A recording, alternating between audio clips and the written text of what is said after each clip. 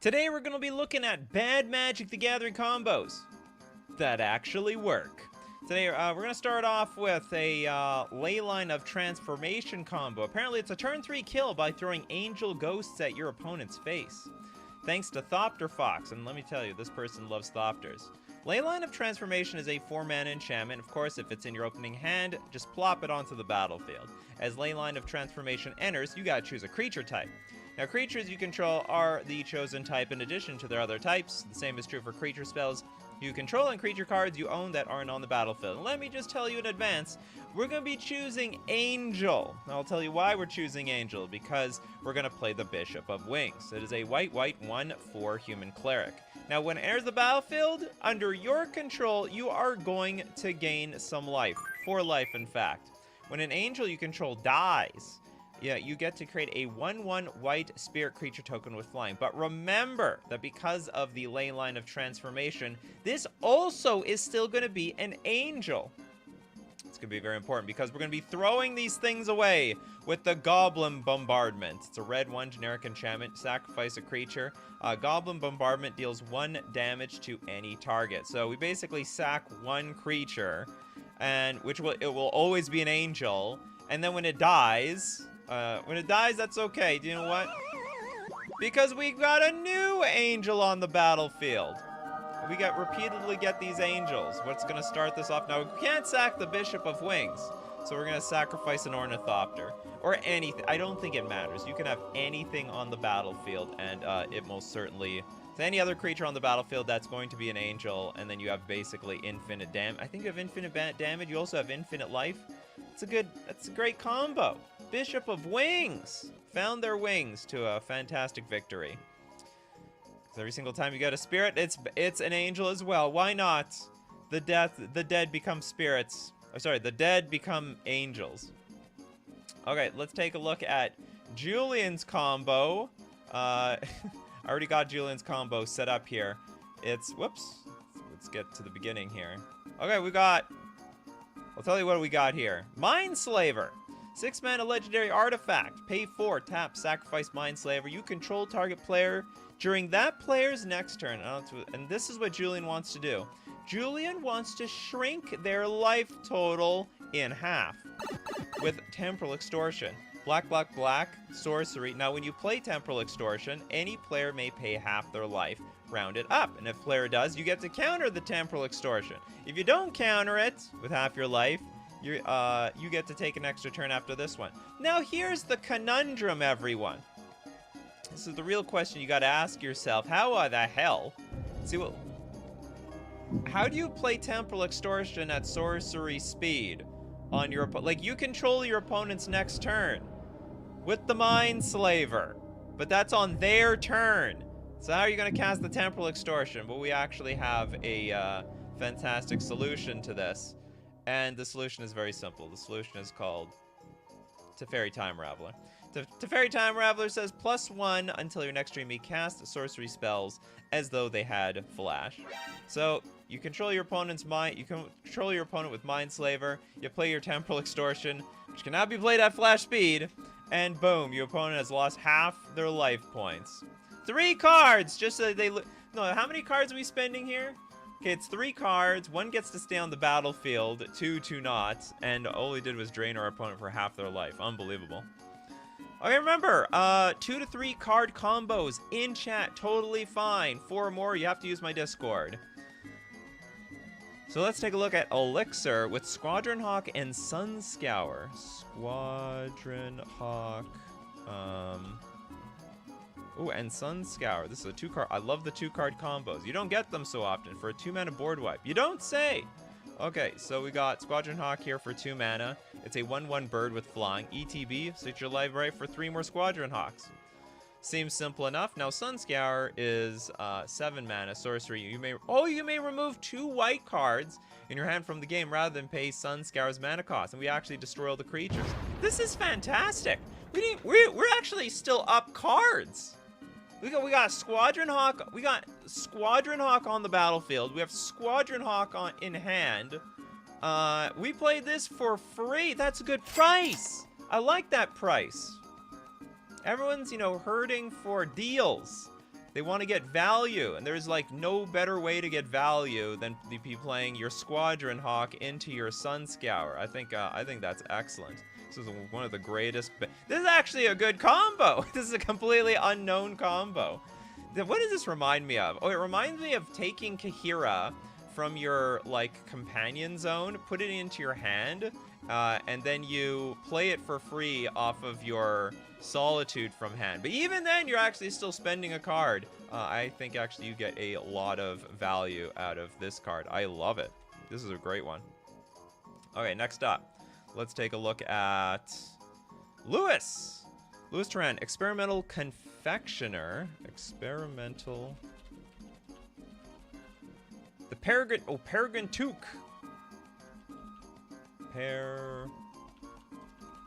Fool of a Took. And Yagra. Eater of all.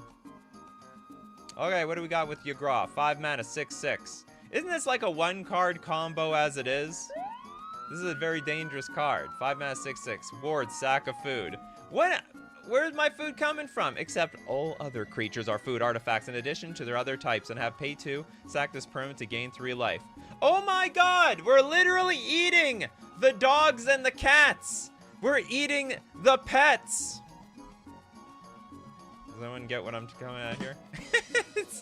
Okay, whenever a food is put into a graveyard from the battlefield, put 2 +1/+1 counters on your Gra, Eater of All. I couldn't help myself. This was a great opportunity. Okay, so where was Peregrine Took? This is a 3 mana 2/3 halfling citizen. If 1 or more tokens would be created under your control, those tokens plus an additional food token are created instead. If 1 or more... Hold on, how does that work? Okay, sacrifice 3 foods, so we can sacrifice all the creatures. Okay, well, okay, let's look at the last piece here. Maybe this is all gonna come together. It's a 3 mana 2/3 human peasant, Experimental Confectioner. Experimenting with all my creatures on the battlefield. When it enters the battlefield, create a food token. Whenever you sacrifice a food, create a 1/1 black rat creature token with this creature can't block. Okay, so when it enters the battlefield, so we can, when we sack a food, we get a food. If 1 or more tokens we create under your control, those tokens plus an additional food are created. Okay, I get that part.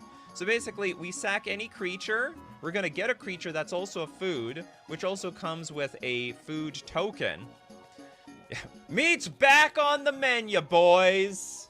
As they say in Lord of the Rings.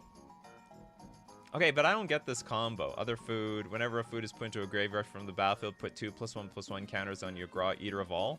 I see the synergy. I don't see the combo, necessarily. Backtard's like, I can't figure out the Discord BS. You're gonna have to go to YouTube. Go find find an instructional video. Otherwise, you can put the 2 to 3 card combos in chat. Okay, Experimental Confectioner and Peregrine Took have the combo. You grows massively. Well, okay.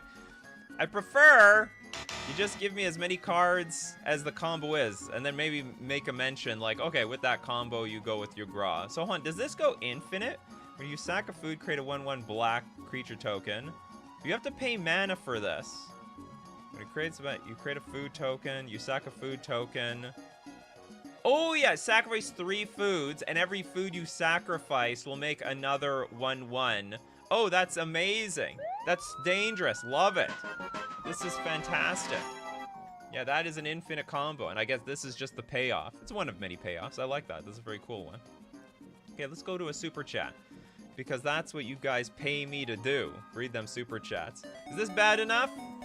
You're starting with Hive Mind, so I don't know. And then you have Disruptive Student. And then cast Enduring Ideal. Okay, let's see what. Then, well, I'll say all these cards are a bunch of jank, so. Then once copies are made, tap Student to counter yours. Interesting. Okay, let's take a look at this. Okay, a Hive Mind, 6 mana enchantment. You cast an instant or sorcery spell, everyone else gets a copy of it. Disruptive Student, a 3 mana 1/1. You can tap to counter target spell unless its controller. I'm assuming it's controller, unless its controller pays 1. Look at the ancient scripture. Counter target spell unless its caster pays an additional 1. Play this ability as an interrupt. So this is the deal. Enduring Ideal. 7 mana. Search your library for an enchantment card, put onto the battlefield, then shuffle your library, and as epic. This is very interesting. Most people will not have great enchantments to look through their deck. So basically, everyone's gonna have an enduring ideal, and for the rest of the game, they can't play spells anymore. But the idea is you can counter your own. Like, you can just make yourself force your... See, the thing is, you counter your spell unless you pay 1, but you're like, no, I'm not gonna pay 1. I don't want to do it. I'm not gonna pay 1 around here. So your enduring ideal gets countered. And yeah, that's it. That's like, I like it. They did wrong. They did Teferi wrong with that art. Isn't that like student Teferi? You know, I was like that when I was a kid. I wasn't doing my... Look at all the homework Teferi's doing here. That was the same way. I was just living in my head. Thinking, I was... Hold on, how can I mimic him? I was scheming what I wanted to do with my time. I was making videos even back then. It sounded hilarious in my head. Anyway. Doesn't anyone know the value of procrastinating? All the books are on the shelf. I was exactly like Teferi back in the day. So, next up. Anyway, that's actually, I want to say, that's a very creative combo. We got Klepto with Rift, Bolt, and Worldfire? Oh, one-on-one? One-on-one this would work. So okay, so the idea is like, we're gonna suspend Rift Bolt for 3 mana. Sorry, we're gonna suspend it for 1 mana, I guess on turn 6 or something. Then on turn 9, no, okay, we have to suspend it on turn 7? No, we're suspending on turn 8. Then we're gonna play Worldfire, exile all permanents, and all cards from all hands and graveyards, and each player's life total becomes, 1! But I'm gonna win next turn, because I've got the Rift Bolt. You know what also is a bad combo that actually works? You Worldfire for the turn, play a mountain, play Bolt, and then just claim victory. That also works. In my opinion. Okay.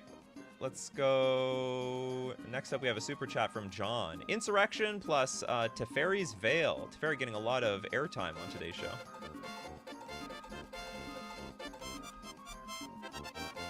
Teferi this, Teferi that.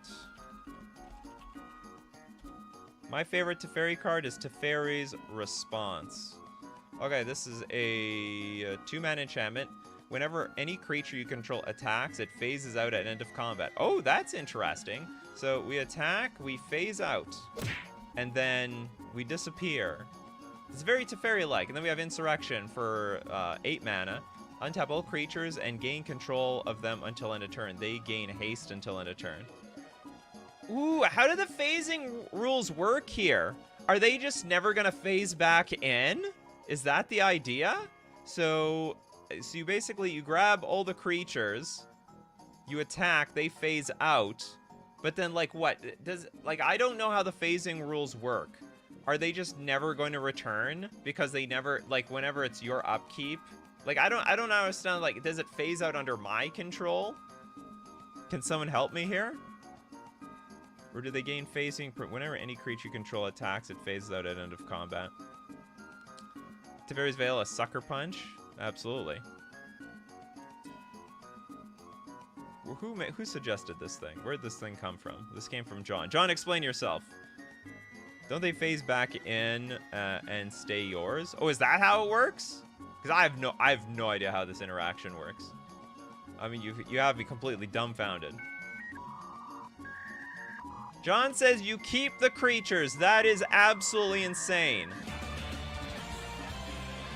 That is ridiculous. Oh, because they gain hate, untap all creatures and gain control of them until end of turn. But I guess you just never reach that end of turn. Oh, I see, and then you just keep them. Beautiful. I love that combo. These are great bad combos. that would make sense. So yeah, I forgot. This wasn't really a phasing rule thing. It was just more of a until end of turn sort of thing, but we never get to the end of turn, and we just keep them. Otherwise, I don't know how this stuff works. Okay, next up, let's take one from Toilet Duck. You've got Winter. Is that an actual card? Winter, the card itself.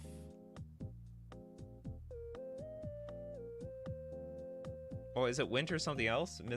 Winter. I don't know what winter is. I don't see a single card called winter. Like just winter.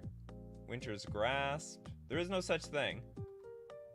Unless this is the total winter misanthropic guide? No. Sorry, Toilet Doc, you have to be more specific. Or maybe, or I don't know if I can find this card called winter. I don't see a single card actually called winter. Oh, you mean Winter Flame, maybe? Was it Winter Flame? I passed it twice? Okay, I'm an idiot then. Not a single card is called Winter. There's Winter something. There's a lot of Winter cards, and I just don't know what exactly it is. Winter, Winter, Winter. There's not a single card called Winter. Moving on. We're not more specific. We gotta move on. Benjamin! Mephidros Vampire. Maybe I missed it. I have no idea. Okay, we have a black 4 generic 3/4 vampire. Oh, no, I need a second. What's the second card? And oh, you want Triskelion. Okay, this is a 3/4 flyer. Each creature you control is a vampire in addition to its other types, and as when this creature deals damage to a creature, put a +1/+1 counter on this creature. Holy crap! That goes infinite! Yeah, so like this enters the battlefield with 3 +1/+1 counters on it, but now it's a vampire and we can remove a counter, deal 1 damage to something, and then it just grows. It keeps growing infinitely.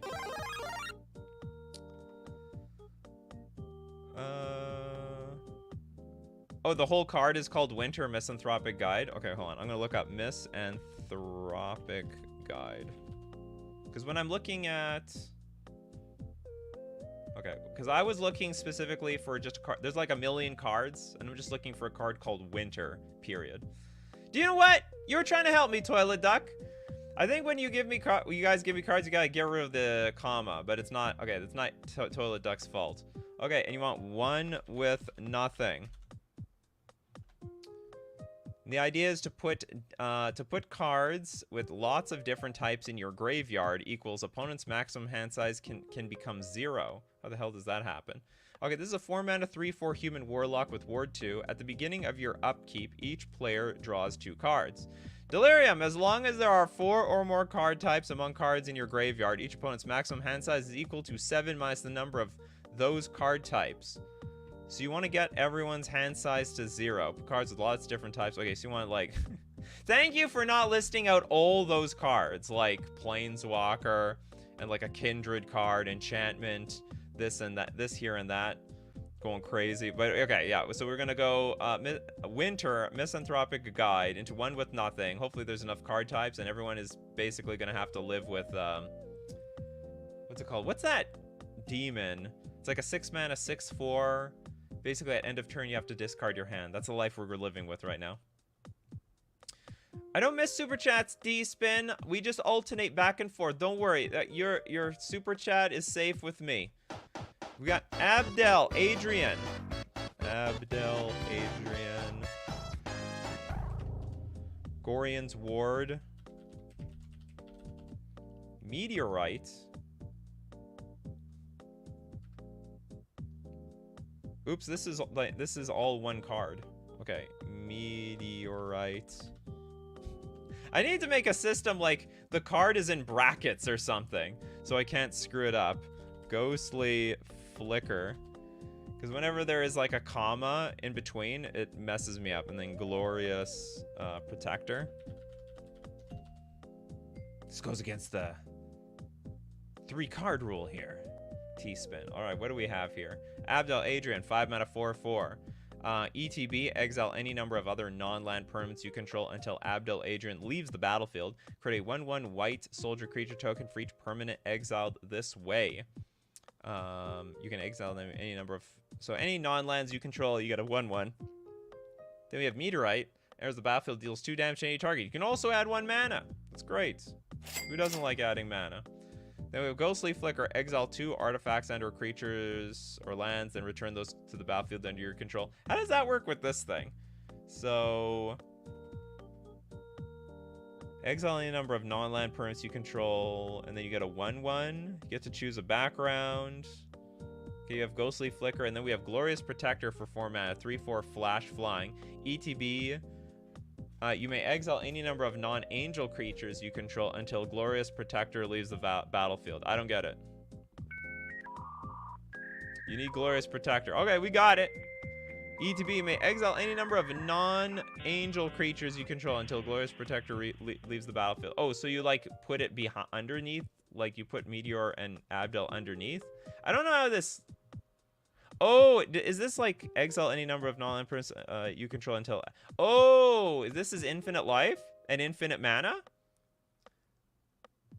How do you stop the... So this is like an Oblivion Ring trick, right? So Glorious Protector is going to blink Meteorite and Abdel. And then Abdel, when it leaves... Actually, how does this work? So Glorious Protector exiles Meteorite and then Abdel. Then we Glorious Flicker this thing.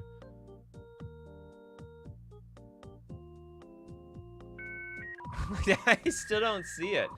I don't fully comprehend what's going on here. We're exiling cards. It's some sort of blinking combo.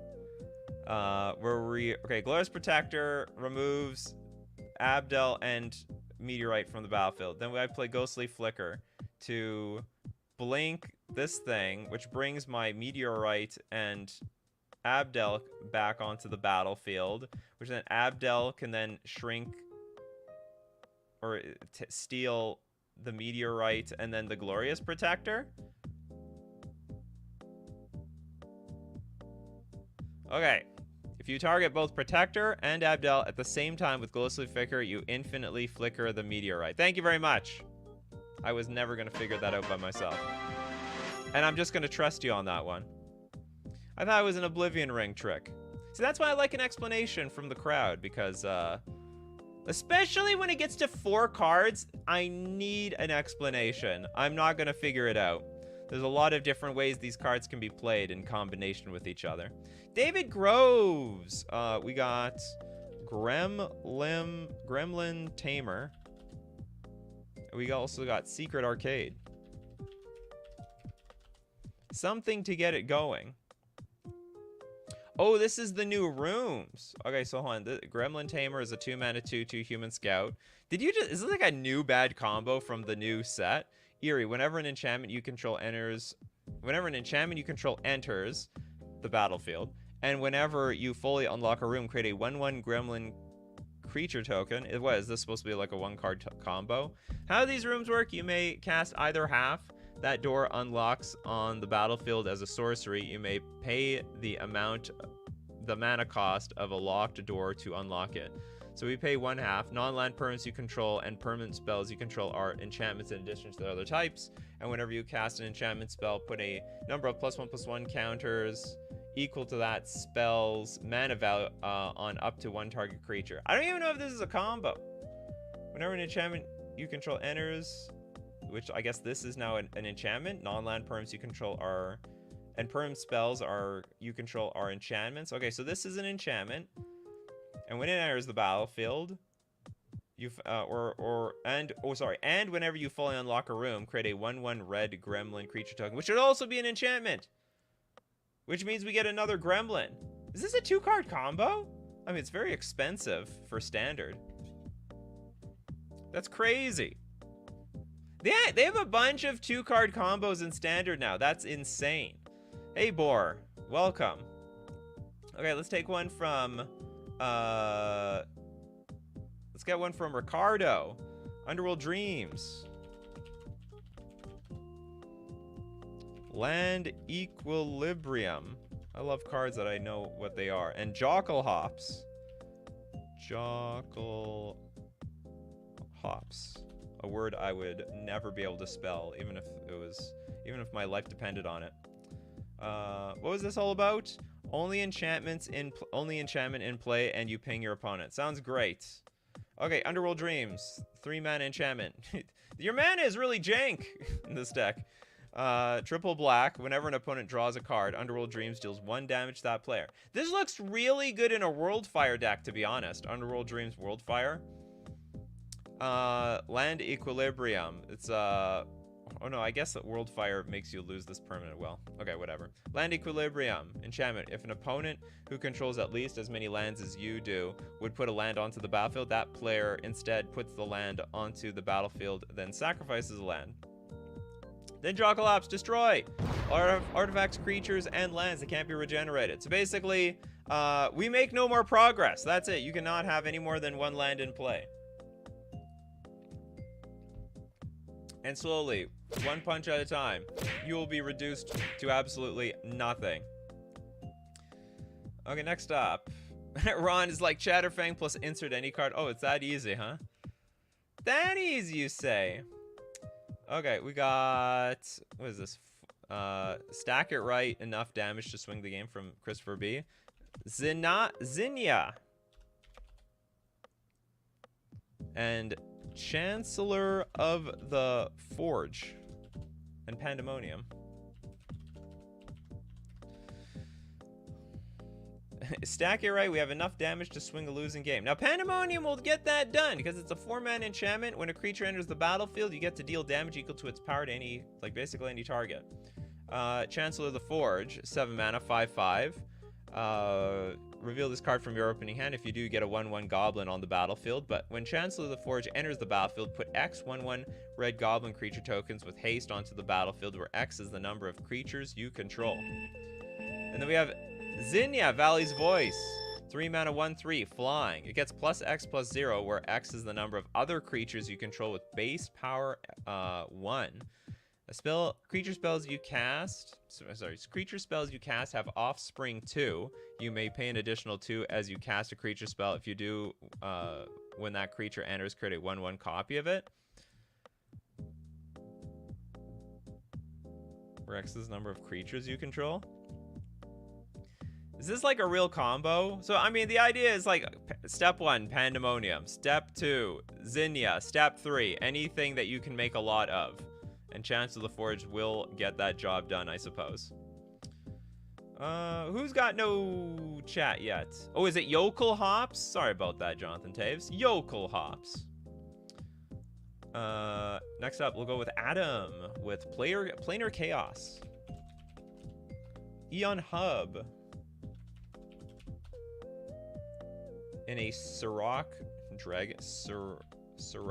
Dragon Claw deck. Sirac can't be countered, flash, creature spells you control can't be countered, other creatures you control have trample. Then we have Eon Hub. Players skip their upkeep steps. Planar Chaos, 3-mana enchantment. At the beginning of your upkeep, we're going to be flipping a coin. If you lose the flip, you gotta sack the Planar Chaos. Whenever a player plays a spell, that player flips a coin. If they lose the flip, counter that spell. How does this... Players skip their upkeep steps? How does this work together? These are just a bunch of random cards.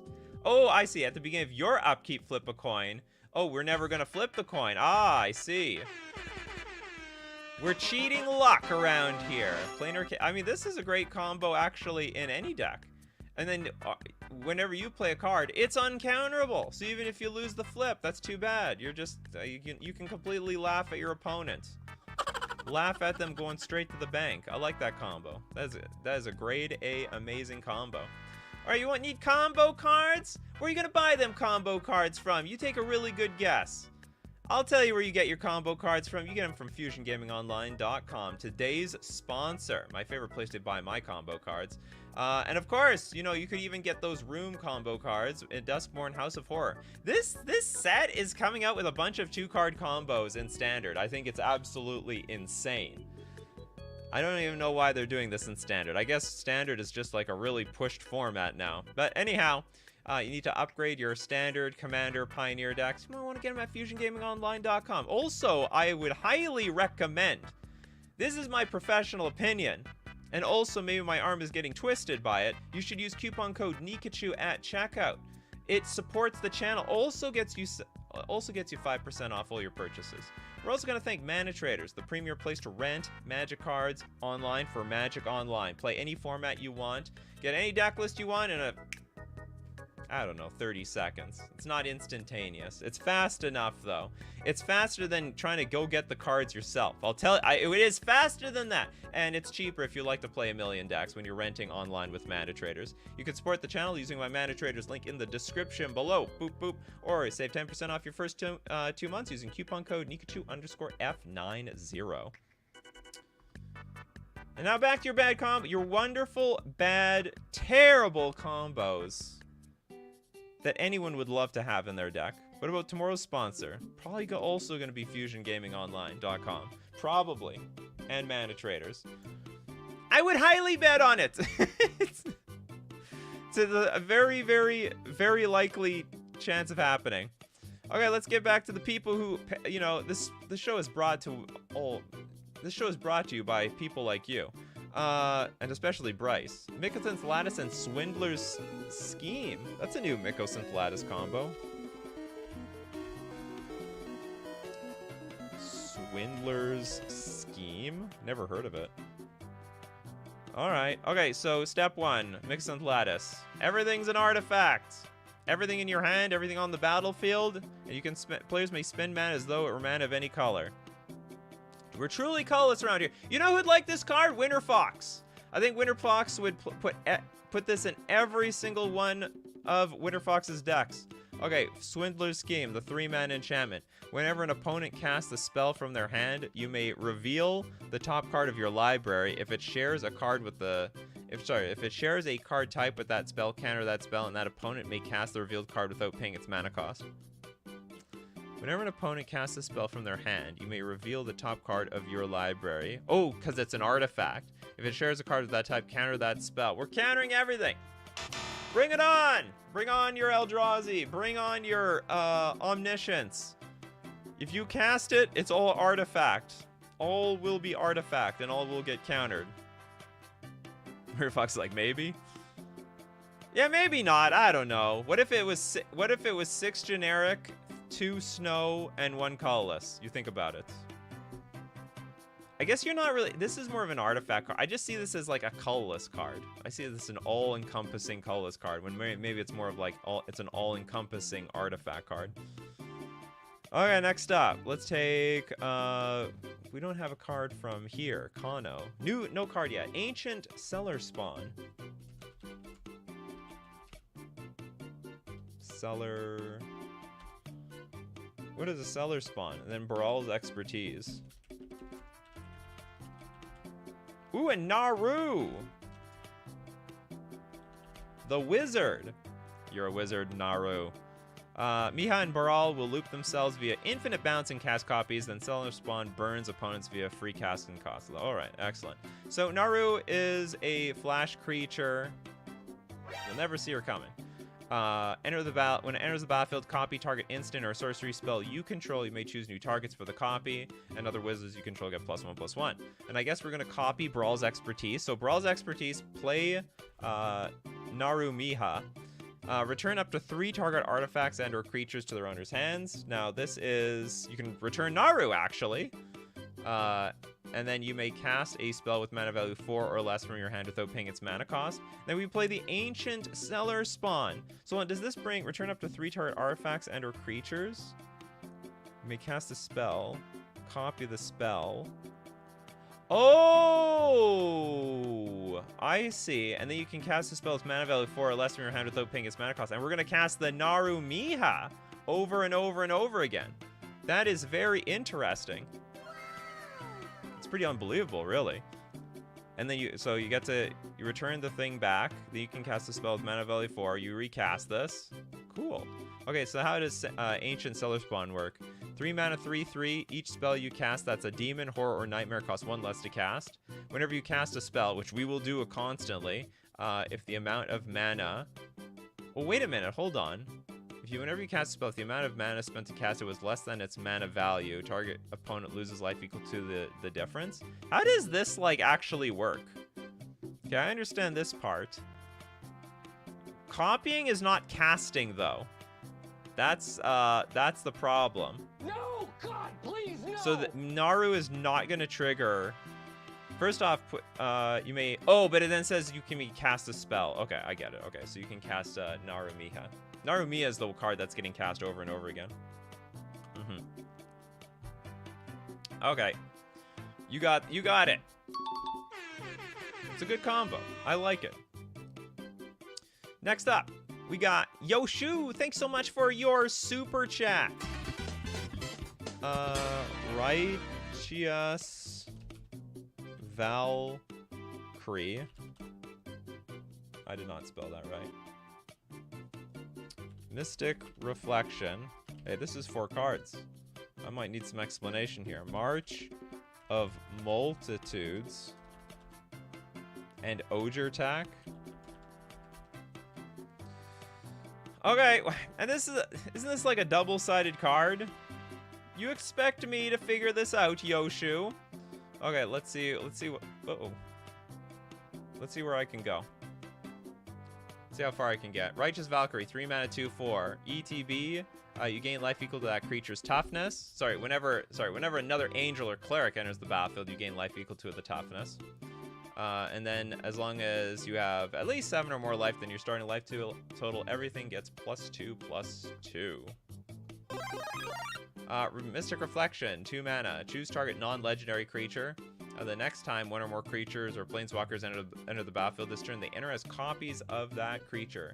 This is not legendary, so you can definitely copy that. So then we can go play March of Multitudes to create X 1/1 white soldier creature tokens with lifelink, and we can use Convoke for this. Okay, so then we can make a lot of make many Righteous Valkyries. Then what does Ogre Attack have anything to do with this? Craft with 2 that share a card type. So, okay, so we're gonna craft with 2 angels, because they share I guess they share card types? Hold on. Craft with 2 that share a card type. Exile this artifact. Exile the 2 from among other permanents you control, enter cards from your graveyard, return this card transformed. Okay, maybe I'm not sure how this works. Ogre Attack technically isn't necessary. That is unnecessary extra cards here to confuse me. Oh, and this is the wrong Ogre Attack. We want this Ogre Attack. Vigilance. If 1 or more creature tokens would be created under your control, 3 times that many tokens are created instead. Okay, this is just like a sweetener. This is win more. Complete win more. Okay, Jess wants to get in on this. No cards yet. Dragon Brood Mother. It's mommy. Kindred Summons. Play Brood Mother, wait 4 turns, play Kindred Summons, put 9 dragons into play from the top of your deck. I love how part of this plan is wait 4 turns, as if this is a recipe. Okay, take your Dragon Brood Mother, stick it into the oven. Now wait 4 turns and out pops 9 dragons. Okay, so this is 6 mana for a 4/4. At the beginning of each upkeep, put a 1/1 red and green dragon dragon token onto the battlefield with Flying and Devour 2 in play. So each upkeep. So 4 turns, you say. So we get 4 dragons. Then Kindred Summons for 7. Choose a creature type. I choose Dragon. Reveal cards from the top of your library until you reveal X creature cards of the chosen type, where X is the number of creatures you control of that type. Put those cards onto the battlefield and shuffle the rest of the revealed cards into your library. For X. So okay, so you want to basically get a bunch of dragons onto the battlefield. Interesting. Okay, next. Ooh, we have a bunch of super chats. So many. We got Tachyon Railgun. With the worst 1 combo you've ever seen. Oh, please, Tachyon, I've seen the absolute worst around here. Wanderwine Prophets. Let's see if it's the worst. And now, Archmage, Ritualist, explanation on Discord, because Champion is silly. So Wanderwine Prophets is a 6 mana 4/4. Champion of Merfolk. Whenever it deals combat damage to a player, you may sacrifice a Merfolk. If you do, take an extra turn after this one. Okay, let's see if I can figure this out. This is 5 mana. For 4/5 Eminence Wizard, whenever another non-token wizard enters the battlefield under your control, if an ally is in the command zone or on the battlefield, you may pay 1. If you do, create a token that's a copy of that wizard. The token gains haste, exile at the beginning of the next end step. Tap 5, untap wizard. So basically, this is a wizard. So, and it says, whenever another non-token wizard enters the battlefield under your control. So this first is going to be the wizard. So we're going to get a token. And then I'm going to attack with the token. I'm going to deal combat. I think I'm going to deal combat damage. I think. I can sack a merfolk. So I can sacrifice the token, though. And then I'm going to take an extra turn. Which allows me to, again, attack with the Wanderwine Prophets. No, but I can't get a copy of it. Tap 5, untap wizards. You both have to be cast, but only second has to resolve. Okay, we're gonna go to the Discord. It's time to go to the Discord. Apparently, there's explanations in the Discord. Okay, I'm gonna look up Wanderwine Prophets then. Wanderwine Pro.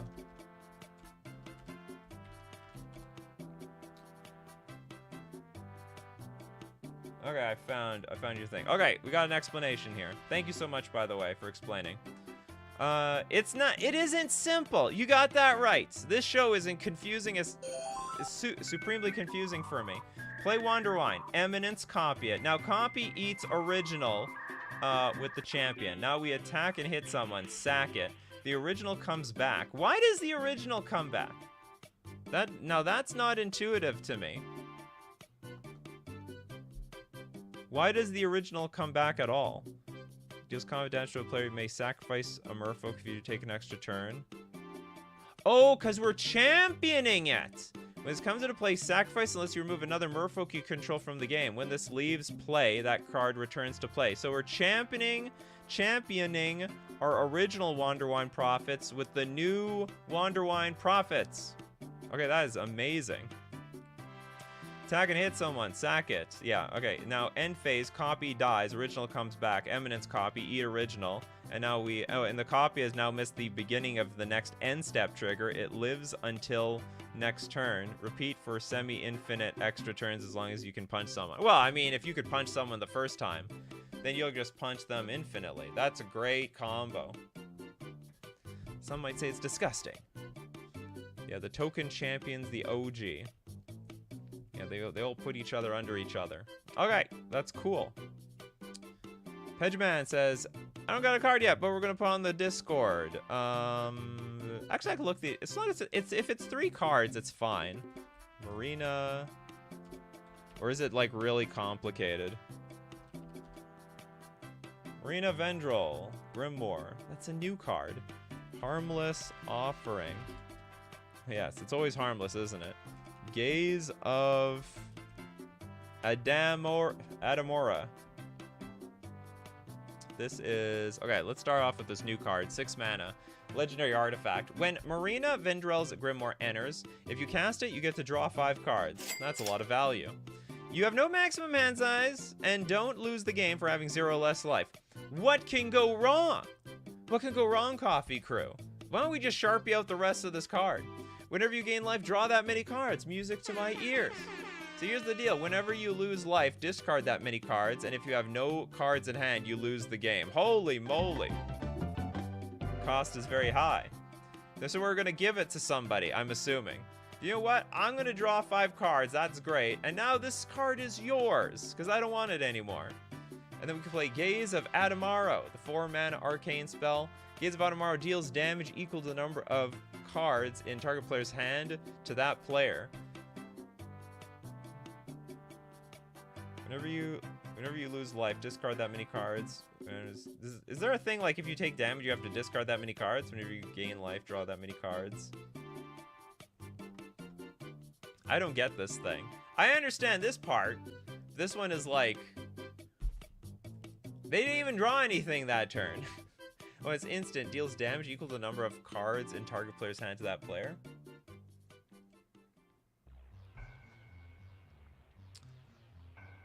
When you lose life, damage is loss of life. Hold on. Oh, did it say... whenever you gain life, draw that many cards. Whenever you lose life... Oh, okay, sorry. Do you know what? I misremembered this last piece. That totally 100% works. Yeah, okay, I get it. Awesome. This is an awesome combo. This is gonna be played in many decks to come for the future. They'll be playing this combo for decades. To the point where they're not even gonna say it's a bad combo anymore, and it's just a great combo. Thank you so much, John, for your super chat. We got Lattice, Treasure Nabber, and KCI. Okay, Lattice. What, a random treasure? Oh, it's Treasure Nabber. Nabbing them treasure. And Krark, Clan Ironworks. I feel like the music is very fitting. 4 mana, artifact. Sack an artifact, you add 2 mana to your mana pool. Treasure Nabber, 3 mana for a 3/2. Goblin Rogue. Whenever an opponent taps an artifact for mana, gain control of that artifact until the end of your turn. Oh my goodness! So we're gonna steal all of our opponent's stuff because everything is an artifact thanks to Mickelton Lattice. And we don't have to tap anything for mana because we're sacking for Krark Clan Ironworks. That is an amazing combo. I love it. There's a lot of you who haven't gotten a combo yet. Okay, okay, we're gonna get Toads. Toads deserves one. We have Maha. What's Maha? Oh, it feathers night. I assume. Death's Head, Buzzard, Skull Clamp. You know, some would say Skull Clamp plus any 1 toughness creatures are a combo. Skull Clamp, put on a 1 toughness creature, it's gonna die and you get to draw 2 cards. And then we have Death Head Buzzard, the 3 mana 2/1. When it dies, all creatures get -1/-1. And we have Maha. It feathers Night, trample, ward, discard a card. Creatures your opponents control have base toughness 1. What is the point of this though? Oh, so you just want to kill it. You have some way of killing this thing. Oh, so here it says, everything your opponent has, you're now a 1 toughness creature. And Death Head's Buzzard says, well, when it dies, I'm gonna shrink all of you. Shrink you all to absolute death. You lose. Game over. Okay, next super chat from Brawly Shadow. Loves custom cards. Loves combos. This is a lot of cards, Brawlies. Academy Manufacturer. Oh god, this is a complicated one. Deadeye Navigator. It's like, oh, when these are 4-card combos, I'm hoping there's not a lot of words on them, and then the first 2 are just incredibly wordy. And then we got Wernog, which is also incredibly wordy, and Gear Upper Ether Grid. Okay, that one I know. Gear Upper Ether Grid. Only Infant I ever did and was an accident. Oh, you like stumbled into it? Okay, the grid is tap to untap artifacts you control to deal 1 damage to any target. I have no idea. Okay, so I guess we're gonna like multiply this Academy Manufacturer by a bunch. If you create a clue, food, or treasure, you get 1 of each instead. Deadeye can blink stuff. Exile this creature, then return it to the battlefield under your control. Then Wernog Rider's Chaplain. When it enters or leaves the battlefield, maybe we're gonna blink this. Each opponent may investigate. Okay, and then each opponent who doesn't loses 1 life. You investigate X times, where X is 1 plus the number of opponents who investigated this turn. So investigate, that is like a clue token. Then with the clue token, we get a treasure token. With that treasure token, we can use Deadeye Navigator to blink this stupid thing back onto the battlefield. Is that really infinite mana though? I know with the artifacts, we get like 4 artifacts and we can tap them all to always deal at least 2 damage every single time we investigate. Friends Forever, you can have 2 commanders with Friends Forever. So we just get clues though. How is this infinite? Because we still have to pay this, we still have to pay 2. 2 for each blink becomes 6. So ETB, I blink with like, let's say I tap, okay, let's say I tap out. And let's say I tap out, for example, to blink this thing. Then it comes back into play, I get a clue, but then I get 1 treasure token. That's it, and I'm done.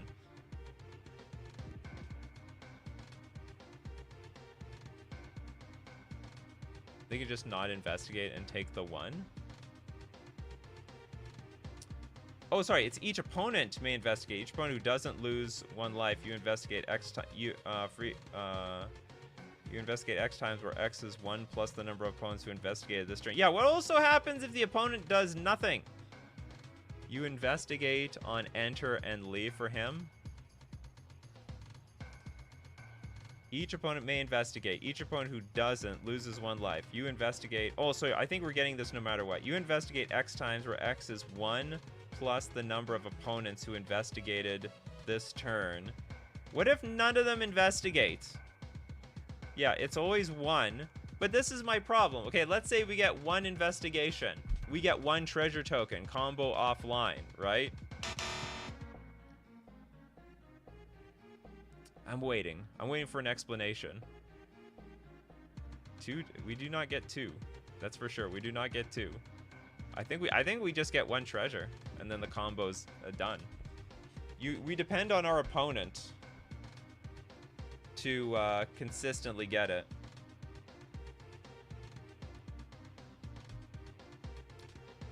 And then add treasure tokens when clues. Add the guy that reduces artifact activations costs, and you must crack the clue. You got 3 tokens. 1 clue, 1 treasure, 1 food. Exactly. Only 1 treasure, though.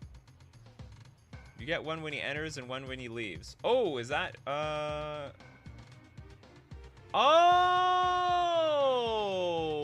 Oh, ho, ho. When it enters or leaves the battlefield, we get at least 1. Okay, okay. I got the explanation. That's what I needed. Brawly Shadow's like slow mode LOL. I'm sure some of you could explain faster, but I have slow mode so that, you know, I don't have infinite spam in chat. Okay, that works. That's bad. And then, of course, the ether grid part I understood. I just didn't know how that we do this for eternity. I love it. Okay, next up. Apparently Islarf has a combo. Okay, everyone's gonna get at least 1 combo today. Everyone's gonna get a combo. We got Displacer Kitten. And then we got Jace Architect. I'm not spelling this right. Architect of Thought and Resourceful Defense. Plus any additional planeswalker with 4+ loyalty. Thank you so much. I like that explanation. Instead of giving me a random planeswalker and I have to figure out, oh, how does this interact with the combo? I love that explanation. So it's technically 4 cards, but we can figure it out in 3. Displacer Kitten for 4 mana. This is a 2/2. Whenever you cast a non-creature spell, exile up to 1 target non-land permanent, then return it back to the battlefield. Jace. I'm assuming it has to do with the -8. For each player, search that player's library for a non-land card, exile, then shuffle. You may cast those cards without paying their mana cost. Maybe the idea is we get our Displacer Kitten. Then Resourceful Defense. Whenever a permanent you control leaves the battlefield, if it had counters on it, put those counters on target permanent you control. Move any number of counters from target permanent you control to another target permanent you control. Cast everyone's spells.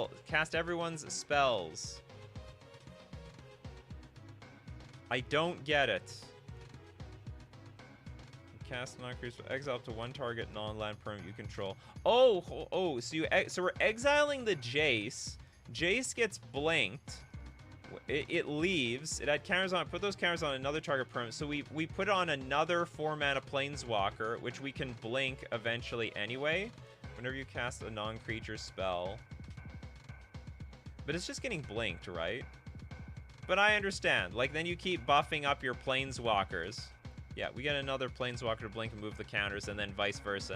And then with the Jace Architect of Thought, you go -8 and you perpetually play with your opponent's deck. That sounded wrong. You're gonna play their deck. D-E-C-K.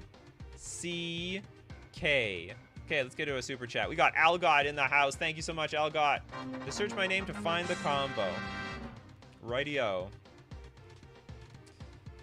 I will then. Algot. Well, that didn't work at all, Algot. I looked up your name. It's not here. It failed miserably. Give me a word. You have to give me a word or something. Please give me a word. You could at least give me one card. Just search my name to find the combo. Algot. Can't find... How do I find users? Search by @Algot? Okay, I'll try that. Usually that doesn't matter. No, that doesn't work either. No results. Look, I don't know how many times we've been through this, but I got a system. Like, I got rules in chat to make this smooth. Okay, Algot, I'm gonna wait for you to give me. You gotta give your thing a title. Give it a title. Tell me what it is. I'll go look for it. And until then, we're gonna go to the next super chat. Pacers fan forever. Maha, it feathers plus pyromania. Okay, we can do that. We can work with this. People love your Mahas. It feathers knights, and then pyro. Oh, sorry, it's pyrohemia. Whatever that means. Okay, 4-mana enchantment at the beginning of the end step. If no creatures are on the battlefield, sacrifice it. But there's always going to be at least one creature. It's going to be Maha. And pay a red. Pyromania deals 1 damage to each creature and each player. Because of Maha, all your opponent's creatures have 1 toughness, which means they're all extinct for as long as this game goes on. Okay, next up, let's get one. We get one from Rest and Serpentine. You people love your bad combos. Sneak attack. And Yokel hops. Yokel. With a mountain in hand, play your mountain and then Vishino Cutthroat. Is that the right? How many cutthroats are there in this game? Claim there's a Vishino Cutthroat. It's Viashino, not Vishino. I knew there was something wrong here. So you want to... Okay, so we have Sneak Attack. Yokel Hops. Destroy all artifacts, creatures, and lands. They can't be regenerated, but it will not destroy the sneak attack. So we're going to keep a mountain in hand. Play the mountain. Sneak attack in the Viashino Cutthroat. A 4-mana 5/3 that is unaffected by summoning sickness, which means it's getting straight into the red zone. At end of turn, you return your Viashino Cutthroat to your hand to repeatedly come and bash your opponent for, what is it going to be, 5 damage. What a weird way to use sneak attack. This is unbelievable. Oh god, is Algot in the house? Algot! Where are you? Does anyone know Algot's card? Search from to find poster. Okay. Let's try it. Why not? Okay, you said from... Okay, from Algot. Still nothing. Absolutely nothing. It's just no results. I don't know why I can't search up users for some stupid reason. That's why I say give me a post. I can find the post. Finding posts is easy. Does anyone know what the post is called? Or is even can anyone, if anyone else can search it up, can anyone just tell me what the card is? Like what one of the cards are? I'm gonna move on to Pixels. Pixels is here. Let's do Bone Miser. And then Shenanigans. Sounds like an unset card. No. Oh yeah, I forgot. This is a real card. I played against this a million times. Scourge Familiar. Okay, Scourge Familiar, 5-mana 3/2. Flying. Discard a card, add a black. We could even discard Shenanigans and start dredging. Otherwise, we can destroy target artifact. And then we got Bone Miser for 5 mana. It's a 4/4. Whenever you discard a creature card, create a 2/2 black zombie creature token. If you discard a land card, add double black. But if you discard a non-creature, non-land card, draw a card. What is the point of this? So we can discard the Shenanigans. We get to draw a card. All I know is the name is Algot KR. Oh, maybe. Okay, I know discard is incredibly specific. I can't just look at, it's like if you don't have the exact name, you don't find anything. Okay, I'll look up Algot KR. Thanks so much, Kano. That might have been the missing piece of the puzzle. So I can see you can draw cards perpetually with shenanigans, but it's always going to cost you. Discard a card, add a black. Oh, we get infinite black mana, do we? Because we can infinitely dredge, bring this back. Then we just discard this. We have infinite mana. I love it. This is a cool one. Okay, let's see if we can find Algot's. Poor Algot. You're going to get your combo on here, Algot. Buddy, old pal. Did Algot just repost it? Algot's doing something. Oh, no. It's Toads. Algot KR. No, still doesn't find it. Oh my god, still can't find squat. Where is this thing? Can I find it easily? I think Algot left. But like, that's the problem. Hold on, is it here? No, this is Avatar Woe. So many of you have bad combos over here. Oh, that's what happens if you don't follow the rules. Okay, next up. We're gonna go to Almond. Thank you so much for your super chat, Almond. Kona. So I gotta go back to here. Kona, Rescue Beastie plus Entrancing Leer? And Entrancing Leer. Okay, so let's look at Kona. 4 mana, 4/3, Be Survivor. With Survival, at the beginning of your second main phase, if Kona is tapped... Oh, this is that new card! If it's tapped, you may put a permanent card from your hand onto the battlefield. This is like a 1-card combo by itself. And then we're going to play Entrancing Leer. You may choose not to untap Entrancing Leer during your untap step. Pay X, tap target creature with power X or less. It doesn't untap during its controller's untap step for as long as Entrancing Leer remains tapped. So we don't have to wait next turn. We just do it immediately and cash in on that damn thing. Okay, Michael Ing, that's not a bad combo. That literally saw competitive play. Squirrel's Nest, Opposition, and Static Orb. Okay, hold on. Who do we not have? Let's get Buzzes. I don't actually have all day today, and I still have a lot of super chats to get through. Bearer of Heavens. And then you're gonna terror it or something? Terror? And then, the actual terror. Where's terror? And then, Lord of Tressorhorn. Oh, that is a weird combo. Okay, so the combo is very simple. We're going to play Bearer of Heavens. We're going to tear the damn thing, and when it dies, destroy all permanents at the beginning of the next end step. But our creatures in play are going to be regeneration creatures. We regenerate our creatures. They don't die, but our opponent's stuff dies. Okay, next up. Tom Squires, Phyrexian Unlife. Selesnya Dark Angel, Repay in Kind. Selesnya Dark Angel. Oh, sorry, it's Selenia. I just assume it's Selesnya. And then Repay in Kind. Repay in Kind! Okay, hold on. Let's start off with Phyrexian Unlife. You don't lose the game for having 0 or less life. As long as you have 0 or less life, all damage still to you as if it's infect. Selenia Dark Angel. 5 mana, 3/3. Pay 2 life. So we can pay as much life as we want. We can go to -2 billion.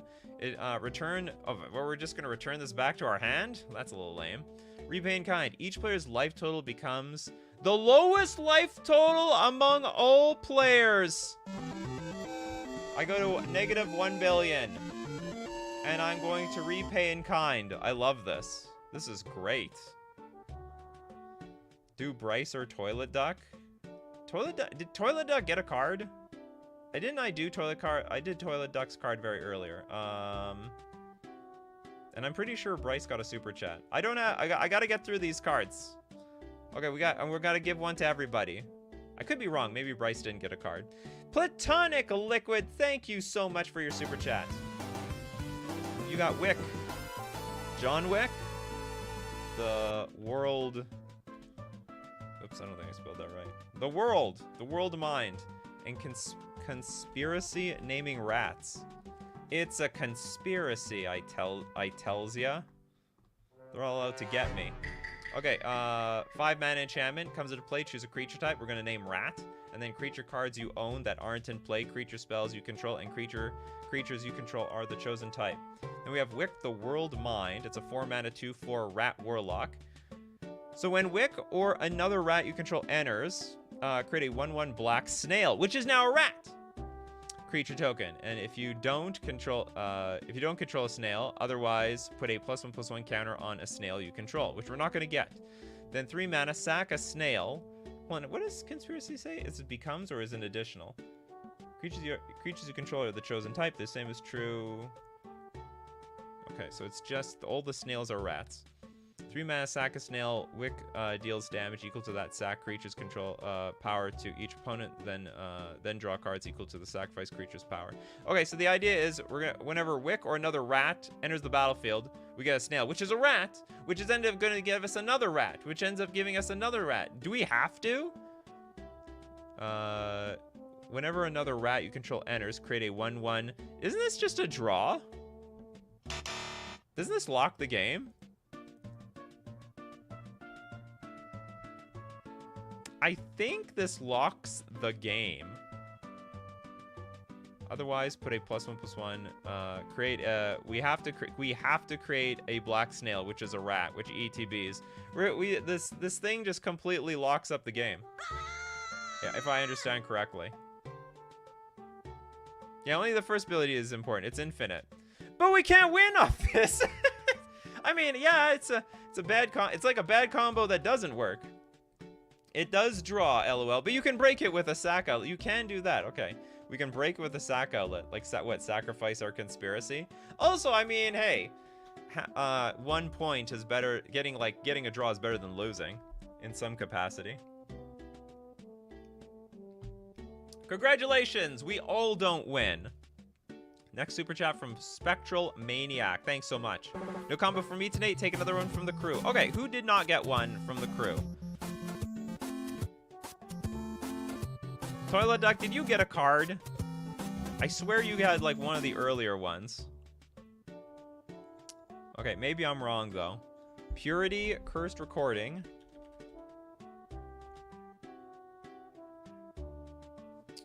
Cursed Recording. Plus random instant or sorcery spell. Okay, I choose Ancestral Recall. You said random! Use Purity to convert the Cursed Recording ability damage into lots of life gain. Purity, 6 mana, 6/6. If a spell or ability would deal damage to you, prevent that damage. You gain life equal to the damage prevented this way. When Purity is put into a graveyard from anywhere, shuffle it into its owner's library. Cursed Recording. Whenever you cast an instant or sorcery spell, put a time counter on Cursed Recording. Then if there are 7 or more time counters on it, remove those counters and it deals 20 damage to you. Tap when you next cast an instant or sorcery spell this turn, copy that spell. You may choose new targets for the copy. Shouldn't it just be something that untaps this card? So plus a random instant or sorcery spells use Purity to convert Cursed Recording ability into damage and lots of life gain. I really don't know how this works, to be honest. Some assembly required. The spell or ability would deal damage to you. Prevent the damage, we gain life. If I cast the spell, we put a time counter on this thing. When you cast an instant or sorcery spell this turn, copy the spell. You may choose new targets for the copy, but it doesn't untap this thing.